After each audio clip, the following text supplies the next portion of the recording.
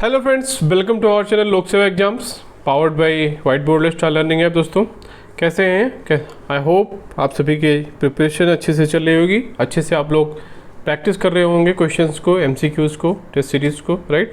Because अभी exam होने में कम समय बचा है, राइट। मीन्स कि अभी राइट टाइम है कि आप टेस्ट सीरीज़ प्रैक्टिस करते रहो, एमसीक्यूज़ प्रैक्टिस करते रहो, चीज़ें अच्छे से उसको वो करो, ठीक है। उसी रिगार्डिंग दोस्तों हम लोग ऑलरेडी बहुत सारे डिस्कशन कर रहे हैं, आपको भी को पता होगा जो हमसे जुड़े हुए हैं, हमारे चैनल से जुड़े हुए हैं, राइट। इसमें कि हम डेली क्या है आपको प्रैक्टिस क्वेश्चन यहाँ पे हमारे ऐप पर white board star learning app पर आपको यहाँ पे डेली प्रैक्टिस क्विज मिलती है, जिसमें कि 9-10 क्वेश्चन होते हैं। 9 PM 9 क्वेश्चन चैलेंज, 9 क्वेश्चन आपको उसको अटेम्प्ट करना होता है। क्लियर है, राइट। चलिए तो स्टार्ट करते हैं उसी रिगार्डिंग में ये आज ये discussion.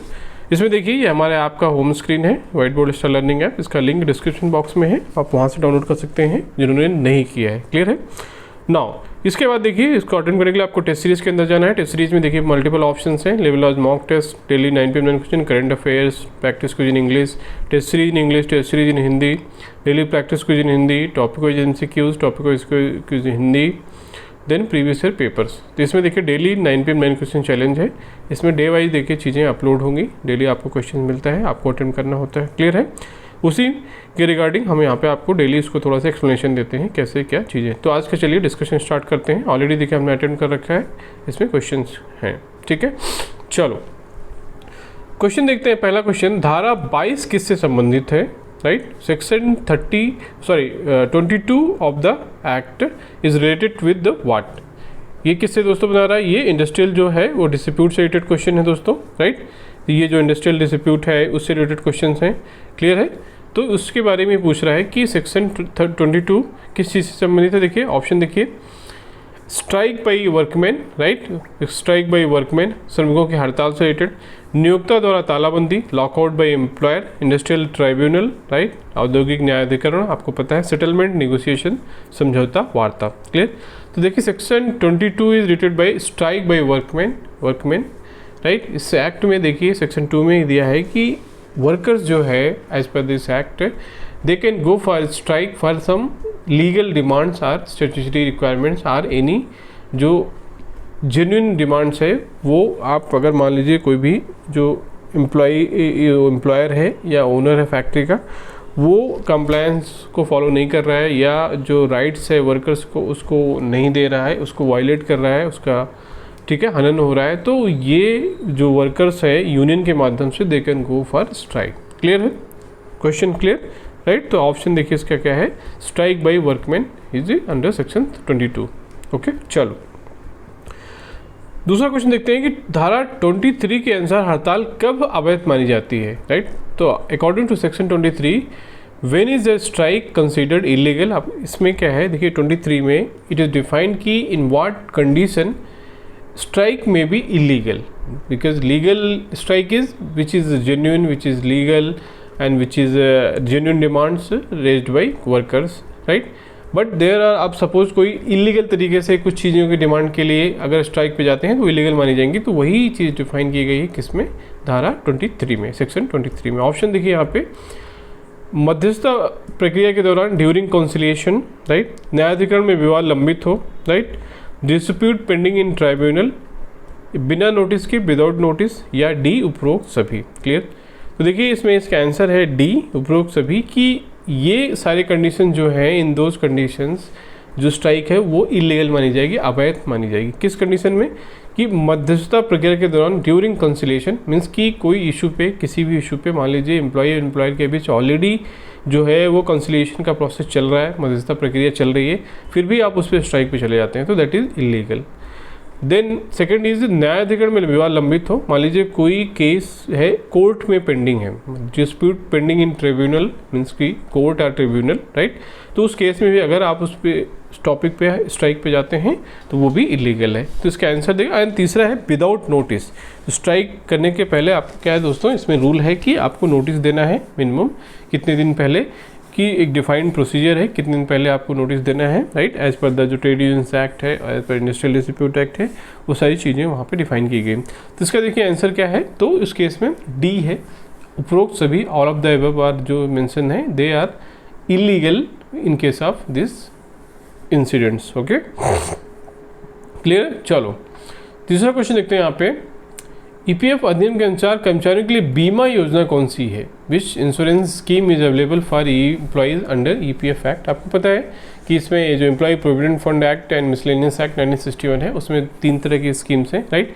One is EPF employees provident fund, दूसरा है EPS employees pension scheme, right, and तीसरी है EDLI employees deposit linked insurance, right.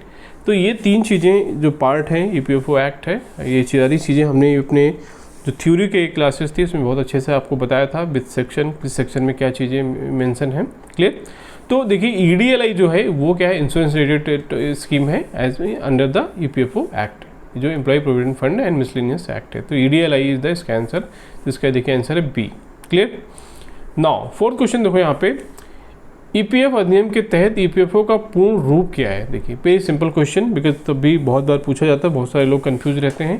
तो ईपीएफओ का फुल फॉर्म कर दें employ provident fund organisation, very simple question, तो इसमें कोई आपको डाउट नहीं होना चाहिए, राइट। नाउ फिफ्थ क्वेश्चन देखते हैं यहाँ पे, ईपीएफ अधिनियम के तहत बीमा योजना का प्रावधान किस धारा में है? Under which section is the insurance scheme provision in the EPF act, right.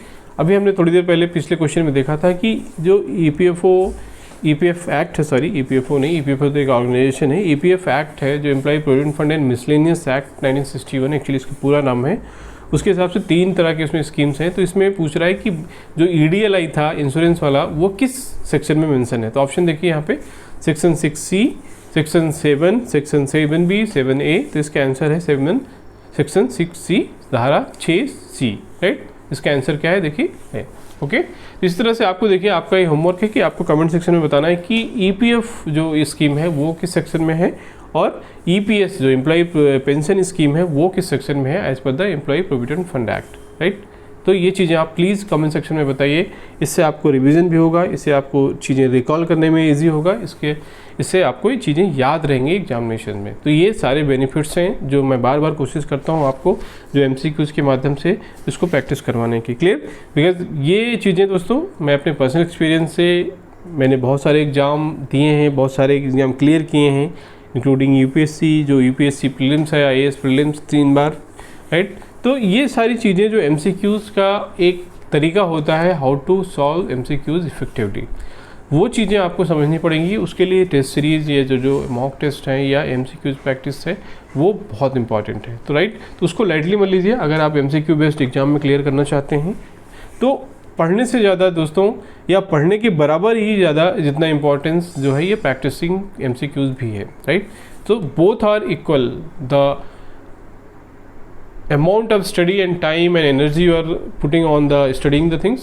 Then now second thing comes after studying, you should practice equally. You should practice MCQ, test series, previous year papers, right? Because it will help you actually solve in the questions in the examination. Clear है? Now 6th question देखिए, EPF अधिनियम के तहत कर्मचारियों का हिस्सा किसके पास जमा किया जाता है?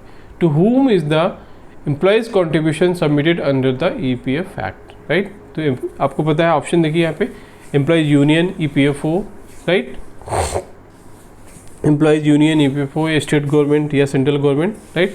तो इस केस में देखिए मैं आपको बता दूं, देखिए ये जो है ये जो फंड्स होता है, ईपीएफओ एक ऑर्गेनाइजेशन होता है, employ provident fund organisation, right.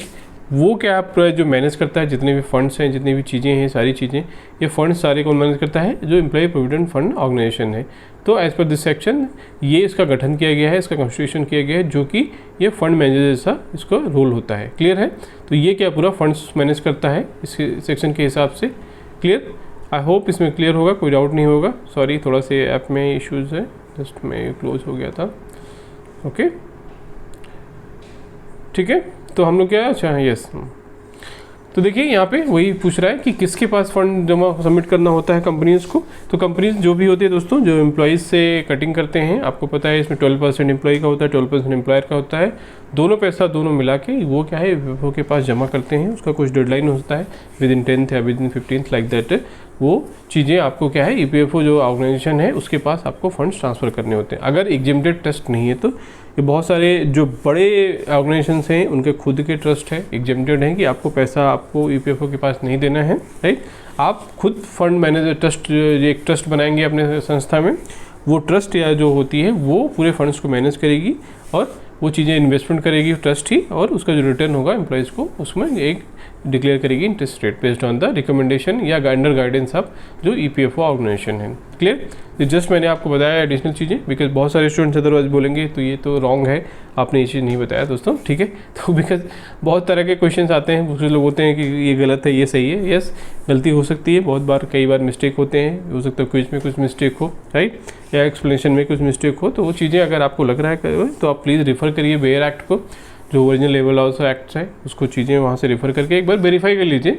मैं ये नहीं कह रहा हूँ कि मैं 100% हो सकता हो, तो मिस्टेक किसी से भी हो सकता है, या कभी कभी बहुत सारी डॉक्यूमेंट्स में मिस्टेक हो जाते हैं, जो चीज़ें टाइपिंग मिस्टेक या कभी कभी और भी तरह की मिस्टेक हो सकती हैं। तो हम कोशिश करते हैं कि उसको रिव्यू करें, बार बार वो करें, जैसे कि जो हमारे ऐप पे अवेलेबल है दोस्तों, जो टेस्ट सीरीज़ के कुछ टॉपिक एमसीक्यूज हैं, उसको थोड़ा सा उसमें कुछ उसको हमने अपडेट करके देखिए पीडीएफ के फॉर्म में अपलोड करवा दिया है टॉपिक, ठीक है।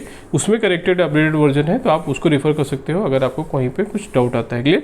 ये मैं इसलिए क्लेरिफाई किया दोस्तों क्योंकि बहुत सारे स्टूडेंट्स के, कुछ लोगों के मैसेज या यूट्यूब पे कमेंट्स आते हैं, तो वो चीज़ें yes there may be chances, but we are trying to rectify as early as possible. Clear है? ओके, चलो अगला क्वेश्चन देखो यहाँ पे, ईपीएफ अधिनियम में कर्मचारी की परिभाषा किस धारा में दी गई है, right? In which section is the definition of employees given under the EPF act. आपको पता है कि there are some definitions as per the every act, right? तो ईपीएफ एक्ट में सेक्शन 2 में देखिए, ये चीज़ तो क्लियर है कि सेक्शन 2 में सारी डेफिनेशंस होंगी, राइट? मैंने आपको ऑलरेडी बताया कई बार कि सारे डेफिनेशन जो कि यहाँ पे मेंशन है सेक्शन 2 में। तो देखिए यहाँ पे ऑप्शंस क्या क्या हैं, section 2F, section 3, section 4, section 7। तो यहाँ पे देखिए आपका काम इजी हो जाता है अगर आप थोड़ा सा कॉमन सेंस यूज़ करेंगे, थोड़ा एलिमिनेशन टेक्निक, राइट? मैंने बताया अभी कि जितने भी डेफिनेशंस मेंशन की गई हैं, कहाँ पर मेंशन की गई हैं, सेक्शन 2 में। क्लियर? नाउ ऑप्शन में देखिए यहाँ पे सेक्शन 2 या उसका जो सब सेक्शन है किसने ऑप्शन में है, only one option, section 3, section 4, section 7 तो ऑलरेडी एलिमिनेटेड। क्लियर? बचा क्या आपको, ए। तो ए विल बी द आंसर। अगर आपको मान लीजिए नहीं भी पता है एग्जैक्टली कौन सा सेक्शन है, कौन सा सब सेक्शन है, बट अगर आप थोड़ा सा कॉमन सेंस लगाते हैं, एलिमिनेशन टेक्निक का यूज़ करते हैं, मैंने बताया था ऑलरेडी आपको कई बार थ्योरी में कि एलिमिनेशन टेक्निक, इंटेलिजेंट गेस, ये सारी चीज़ें एक्चुअली अगर आप अच्छे से प्रैक्टिस करो टेस्ट सीरीज या मॉक टेस्ट में, तो एग्जाम में बहुत हेल्पफुल होती हैं। क्लियर? जैसे इस क्वेश्चन में अगर मान लीजिए आपको कुछ नहीं पता, मुझे पता ही नहीं है कि सेक्शन 2F में क्या है या एम्प्लॉय किस सेक्शन में डिफाइन किया गया है ईपीएफओ एक्ट में। क्लियर? बट यहाँ पे मैंने ऑप्शन देखा कि सेक्शन 3, 4, 5 ऐसा है। बाकी मुझे इतना पता है कि सेक्शन 2 में सारी डेफिनेशन दी गई हैं, क्योंकि मैं बहुत बार आपको ये चीज़ें बताता हूँ, तो इसमें आई थिंक अभी तक किसी को डाउट नहीं होना चाहिए अगर वो सीरियसली प्रिपेयर कर रहा है। तो सेक्शन 2 में उसको पता होगा कि यस उसमें सारी डेफिनेशन दी गई हैं, उसके सब सेक्शन उसको नहीं भी पता हो सकता है। क्लियर? तो यहाँ पे आप देख कर ही केवल ऑप्शन में इसका ए इज़ द आंसर, और इसको आप टिक कर सकते हो। क्लियर है? चलो नाउ 8 क्वेश्चन देखते हैं यहाँ पे। ईपीएफ अधिनियम के अनुसार नियोक्ता के द्वारा योगदान न करने पर अधिकतम सजा कितनी होगी, मीन्स कि as per the EPF act what is the maximum imprisonment for non contribution by the employer. As per this act employee को और एम्प्लॉयर को दोनों को कंट्रीब्यूट करना होता है, किसके लिए, जो ईपीएफओ है या एम्प्लॉय प्रोविडेंट फंड है, राइट? 12% एम्प्लॉयर करता है, 12% एम्प्लॉय करता है एज पर द जो रूल है, राइट? तो इसमें देखिए अगर मान लीजिए एम्प्लॉयर किसी भी रीज़न से रिफ्यूज़ कर देता है, वो जो कंट्रीब्यूशन है अपना एम्प्लॉयर वाला वो नहीं देता है, तो उस केस में क्या क्या ऑप्शंस हो सकते हैं, वही क्वेश्चन पूछ रहा है कि उस केस में क्या क्या ऑप्शंस हो सकता है। क्लियर है? आई होप इसमें कोई, ठीक है। तो देखिए उसके केस में कितने साल की सज़ा हो सकती है, देखिए ऑप्शन थे 3 months, 1 year, 2 years and 3 years. तो इसका आंसर देखिए क्या है, मैक्सिमम अप टू 3 ईयर्स उसको क्या है, इम्प्रिजनमेंट हो सकता है, या फाइन या उस पर जुर्माना भी लगाया जा सकता है। क्लियर है? चलो 9 क्वेश्चन देखते हैं यहाँ पे। ईपीएफ अधिनियम के अनुसार धारा 7A किससे संबंधित है? Section 7A of EPF act relates to which of the following, right? Option देखिए, निरीक्षण, इंस्पेक्शन, निर्धारण और वसूली, determination and recovery, pension payment and appeal, right? तो देखिए इसका आंसर क्या है, इसका बी है कि डिटर्मिनेशन एंड रिकवरी जो है वो प्रोविजंस कहाँ पे मेंशन किए गए हैं, सेक्शन 7A में एज पर द जो ईपीएफओ एक्ट है। क्लियर? तो ये चीज़ें भी इंपॉर्टेंट हैं, इंपॉर्टेंट सेक्शंस हैं, इंपॉर्टेंट प्रोविजंस हैं, आप पहले उस पर फोकस करिए।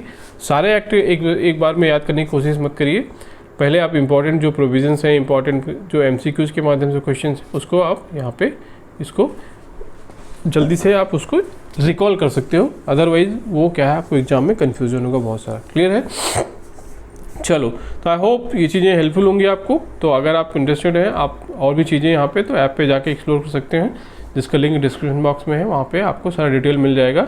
स्टूडेंट सपोर्ट नंबर भी है, या टेलीग्राम ग्रुप को भी ज्वाइन कर सकते हो, जहाँ से ये चीज़ें आपको यहाँ पे डिटेल मिल जाएंगी। क्लियर है? तो चलिए, आई होप ये चीज़ें आपके प्रैक्टिस के लिए यूज़फुल होंगी। तो जुड़े रहिए हमारे साथ, मिलते हैं अगले वीडियो में नेक्स्ट कंटेंट के साथ। थैंक यू दोस्तों, थैंक यू।